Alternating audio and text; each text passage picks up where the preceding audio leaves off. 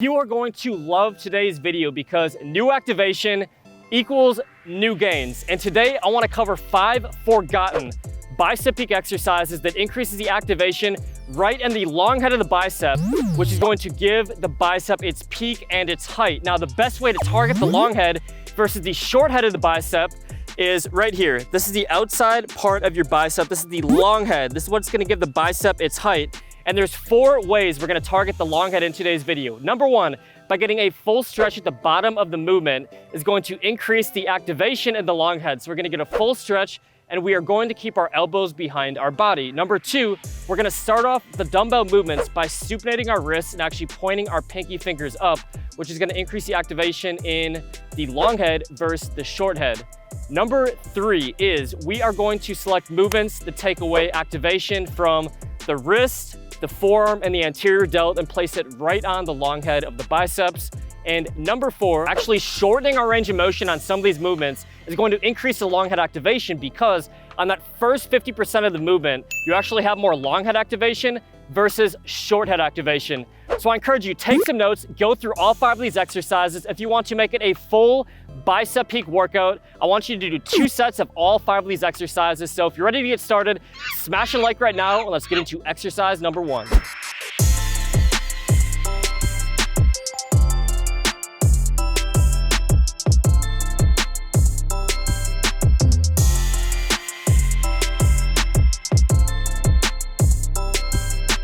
First exercise, you need to be leaning up against the wall. Now what this is going to do is, see I'm against the wall right here. The top of my back is leaning against the wall. This is gonna force my elbows right here behind my body. Your wrists are gonna start off in a supinated position and we are gonna do dumbbell alternate wall lean curls with weighted isometrics in between. So what that means is you're gonna do 1 rep, you're gonna stop right here at that 50% mark. You're gonna hold that position, and while you're holding it, the other arm is gonna go. And all this time, both elbows are going to be behind your body. So we're doing so many different things to increase the long head activation. The elbow is behind our body. We're starting off in a supinated position, and we're going a shorter range of motion, so we're only focusing on that first 50% of the movement. So it's a very challenging movement, especially factoring in the weighted isometric hold right in between all your reps. So what I want you to do with this one is 2 total sets, 10 repetitions on each arm, and rest about 75 seconds between sets.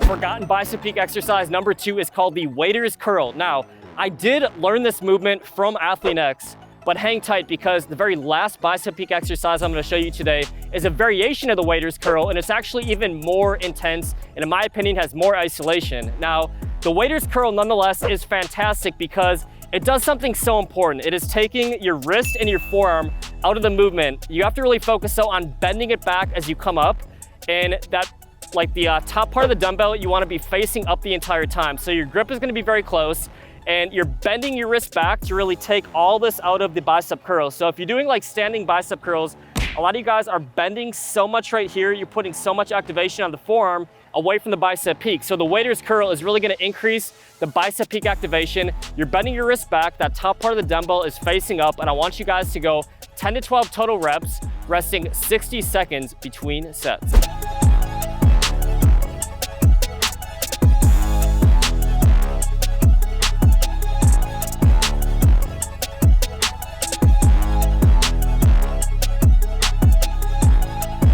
Exercise number 3 is going to be the standing supinated dumbbell curl, but with a huge twist.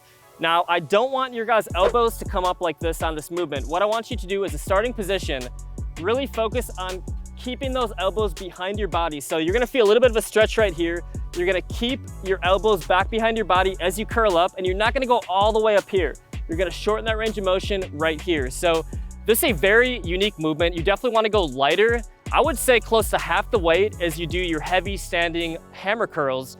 And with this one, I recommend that you incorporate a T30 set, which means 30 seconds time under tension. This will prevent you from ego lifting. It's gonna maximize the time under tension right on that long head. So you wanna keep your wrist in a supinated position the entire time, really focus on that long head activation and go nice and slow and controlled on the way down.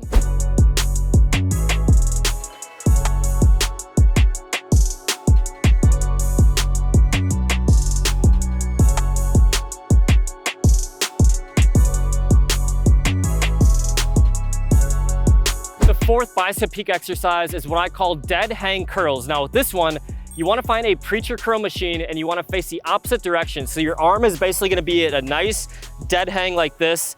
And you're really going to be focusing on all of the long head. So you can't really cheat this movement because your arm is kind of locked in right at your armpit and it's just hanging there. Now, start off in a supinated position. And as you come up, try to bring your pinky finger up and rotate your wrist a little bit this way. So the full motion, supinated, and then pinky finger up a tiny bit, you're squeezing and you're back down slow and controlled. So I actually prefer this movement over a regular concentration curl because with a concentration curl, I feel like I'm using a little bit of momentum. I'm using my anterior deltoid on the movement. With this one, I'm locked in that dead hang position. I'm starting off supinated to already increase the long head activation, and then I'm twisting my pinky up at the top of each rep. So with this one, I recommend you go about as heavy as you can handle for 10 repetitions on each side, rest 75 seconds, and go 2 total sets.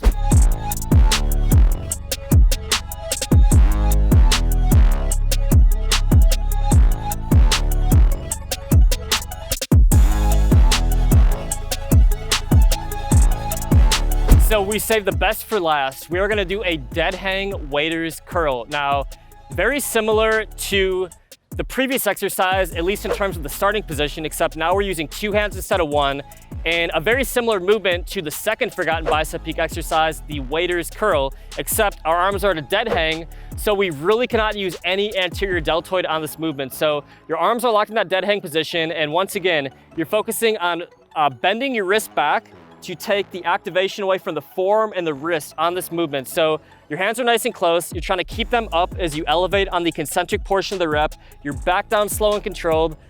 Keep those wrists bent back as you come up on the concentric portion of each rep, and your bicep peaks will be absolutely screaming by this exercise. So I want you to go 2 total sets in the 10 to 12 repetition range, and make sure you're not rushing the eccentric portion of all these reps. Really focus slow and controlled, and then as you come up, really focus on bending those wrists back on every single rep. So hang tight, we got the Superhuman backpack giveaway in just a second, but I actually have some huge news I wanna tell you. I actually hired a trainer last week who I consider to be the top trainer in the world, Charles Glass.